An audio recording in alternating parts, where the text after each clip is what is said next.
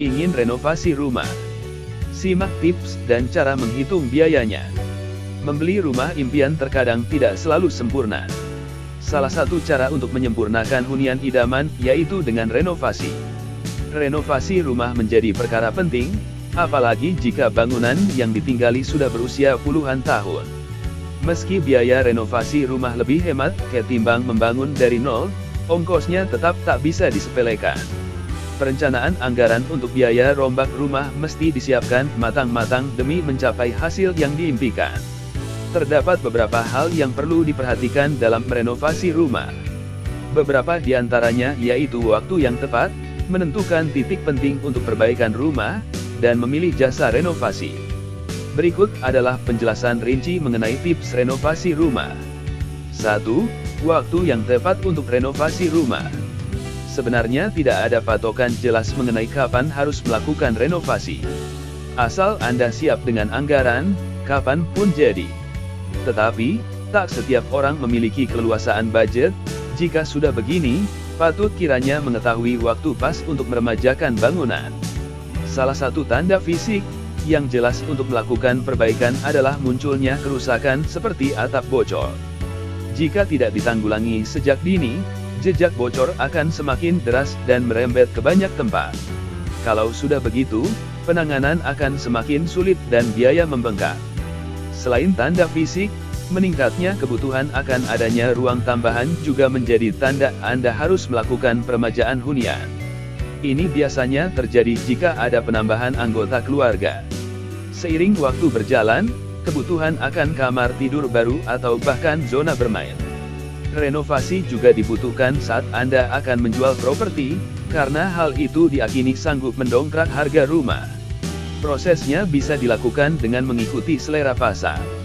2. Titik penting renovasi rumah.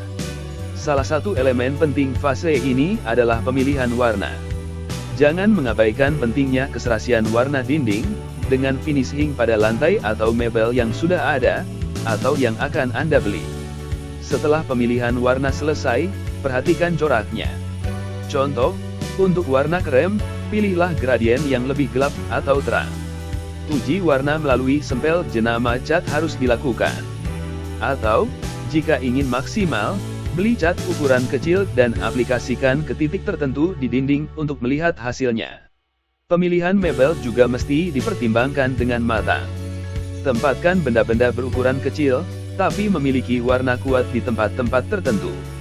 Pakai material yang teruji seperti granit untuk permukaan meja dapur karena mudah dibersihkan. Pada intinya, mebel harus sesuai dengan konsep yang ingin Anda terapkan. Pencahayaan juga tak boleh diremehkan. Hal menantang dalam urusan ini tentunya berkenaan dengan penentuan titik penempatan dan jumlah lampu yang dibutuhkan. Anda harus mampu menyesuaikan pencahayaan dengan ruang, suhu warna, atau bola lampu. Pencahayaan yang bagus tentunya dapat menciptakan rasa nyaman dan hangat, serta mampu mempengaruhi mood penghuni. 3. Tips memilih jasa renovasi rumah. Renovasi tempat tinggal bukan keputusan biasa karena melibatkan berbagai segi, seperti keuangan dan keselamatan. Karena itu, pemilihan jasa rombak rumah hendaknya dilakukan dengan hati-hati agar hasilnya tidak mengecewakan. Untuk itu, pilihlah penyedia jasa renovasi rumah yang sudah tersertifikasi. Selain itu, pilih kontraktor yang menyediakan rencana anggaran dan biaya, demi meminimalisir perselisihan antara Anda dan kontraktor. Kemudian, tengok pula portofolio kerja jasa renovasi. Dari situ, bisa terlihat apakah mereka mengerti selera Anda atau tidak.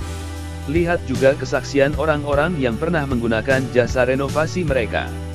Terakhir, tanyakan apakah penyedia jasa renovasi rumah memiliki garansi pasca renovasi, agar kerusakan atau ketidaksesuaian dengan apa yang sudah dijanjikan dapat diklaim.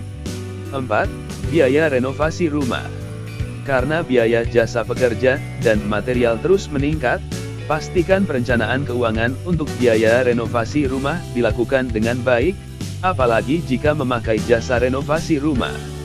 Buatlah skala prioritas. Contohnya, penambahan kamar tidur, perbaikan atap, atau penggantian keramik.